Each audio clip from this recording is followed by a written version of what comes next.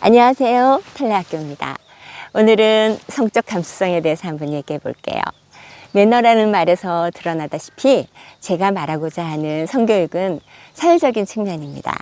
생물학적인 면, 역사적, 문화적 측면은 다음 기회로 미루고 사회적 예절로서 교육적 부분에서 보고자 합니다.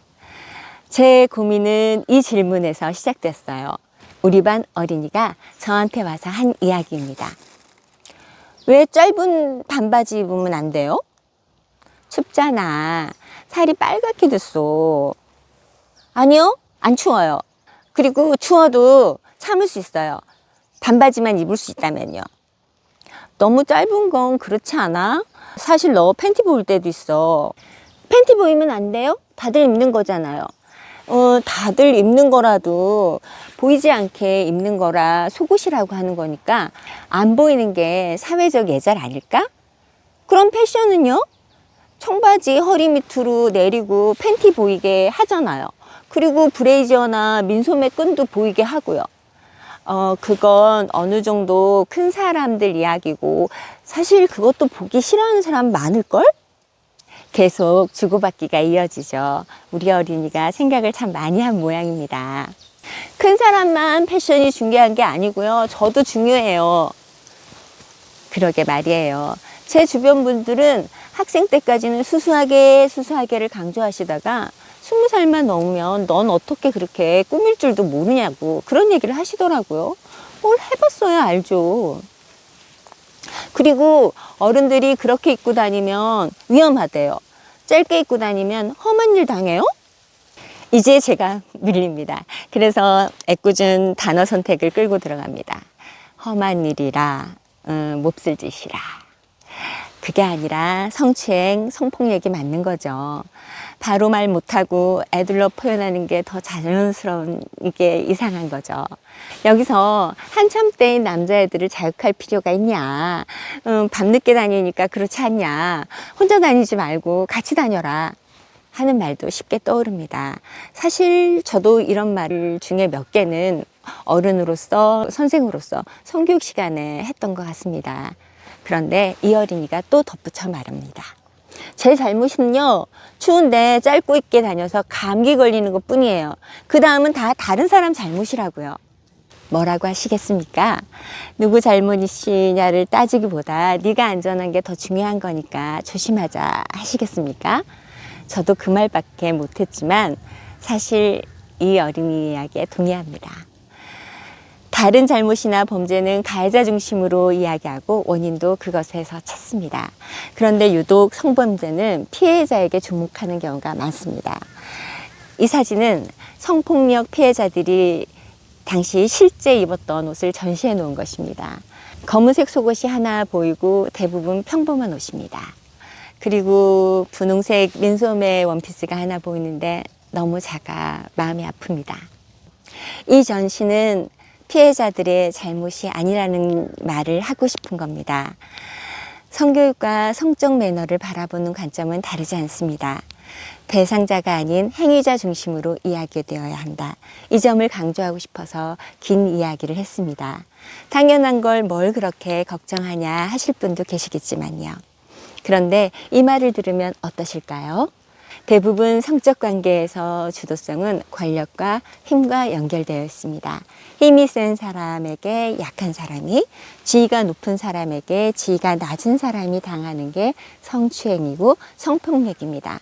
이렇게 힘하고 연결되어 있기 때문에 대부분 행위자의 잘못은 넘어가거나 감싸지고 약한 사람들끼리 대상자의 잘못된 점을 찾습니다. 우리 5학년에서 성적 매너를 갖추어야 할 행위자는 누구일까요? 어릴 때는 여학생들이 더 힘이 센 경우가 많으니까 여자 어린이일까요? 아니면 남녀 할 것 없이 공평해야 하니까 관계가 없을까요? 물론 어른이 힘이 제일 세니까 가해자가 되기 쉽습니다. 어른일수록 정말 성적 매너를 잘 지켜야 합니다. 엘리베이터에서 경험한 일입니다. 한 여자 어린이가 타고 있습니다. 같이 가요 외치며 급하게 올라탔습니다. 어린이가 층을 눌렀습니다. 한 층만 걸어 내려가면 되겠다 싶어서 저는 누르지 않았습니다. 어린이가 잠시 머뭇머뭇하다가 문이 닫히기 직전에 후다닥 내렸습니다. 이게 뭐지? 어린이가 오해를 한 겁니다. 제가 치간일까봐 무서웠던 겁니다. 제가 잠재적 가해자? 기분 나빠? 아니요. 그렇지 않습니다. 교육을 정말 잘 받았네, 잘했네, 잘했어. 그 어린이 행동이 기특하기까지 했습니다. 그보다 제 행동을 분명히 했으면 좋았을 걸 그랬습니다. 그래서 다음에는 어린이가 불안하지 않게 그런 경우가 있으면 꼭 칭을 누릅니다.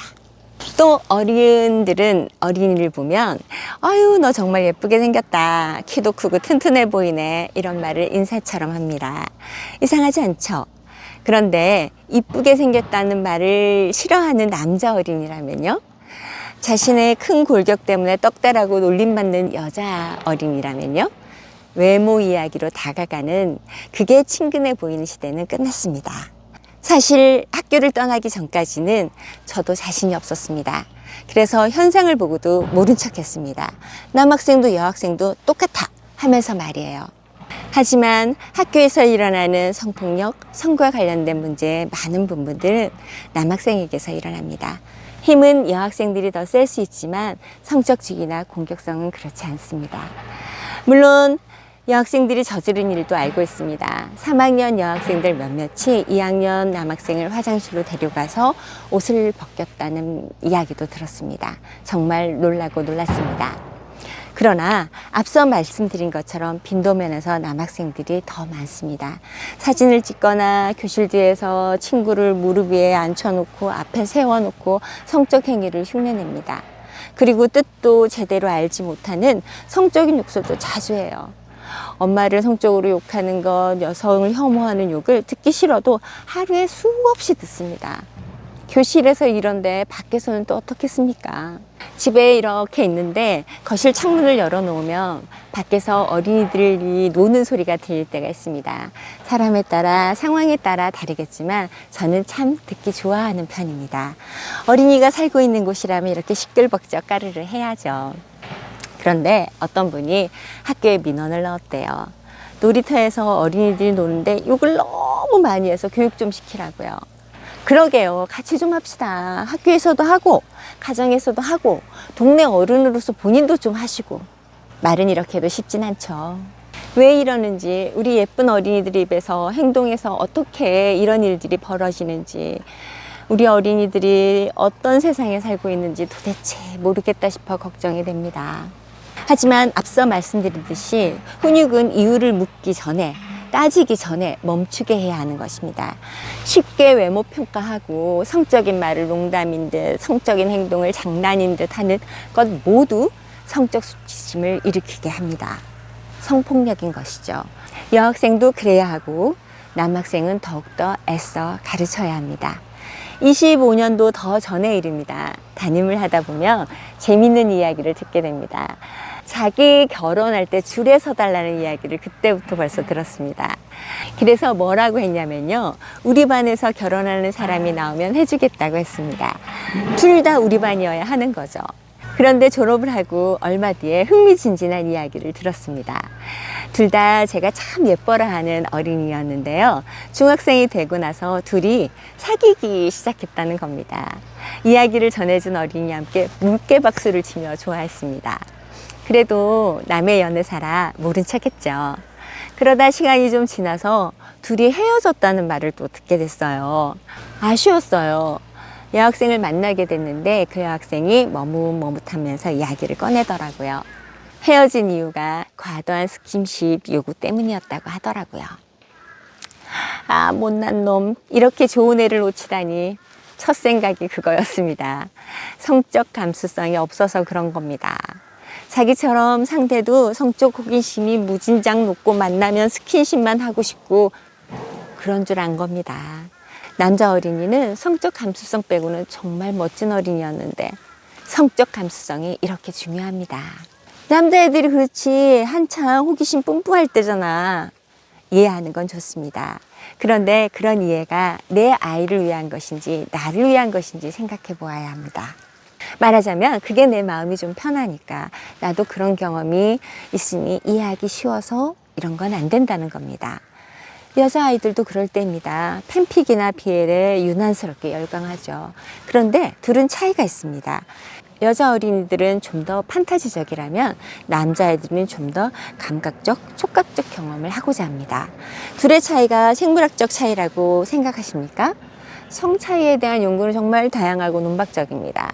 그러나 어떤 결론을 지지하고 어떤 연구에 기반하는지 그런 것보다 우리 어린이들을 어떻게 키울 것인가가 저에게는 중요합니다.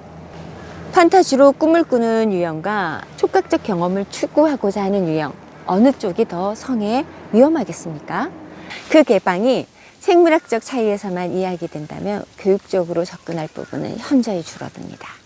학교에서 일어나는 성폭력 사건도 사회에서 일어나는 것과 비슷한 양상을 띱니다. 네, 남학생이 가해자가 되는 경우가 많습니다. 그러니 남학생에 대한 성교육을 더 신경 쓸 필요가 있습니다. 생물학적 이해보다 사회적, 교육적 태도로 말입니다. 다 크면 알아서 집 나가고 결혼하고 사는 게 부모 입장에서는 제일 속편합니다. 그런데 점점 결혼하려고 하지 않아요. 남자보다 여자가 더 그렇고요. 인구 비율상 남자가 여자보다 더 많습니다. 우리 아들들 마음 편히 내보내려면 성적 감수성 풍부한 성적 매너가 바른 사람으로 키워야 합니다. 그러면 상대 역시 성적 감수성이 바르고 매너 좋은 사람을 만날 겁니다. 사람은 끼리끼리 만나니까요. 높은 성적 감수성을 가진 어른이 멋진 성적 매너를 가진 어린이를 키울 수 있습니다. 다음에 또 뵐게요.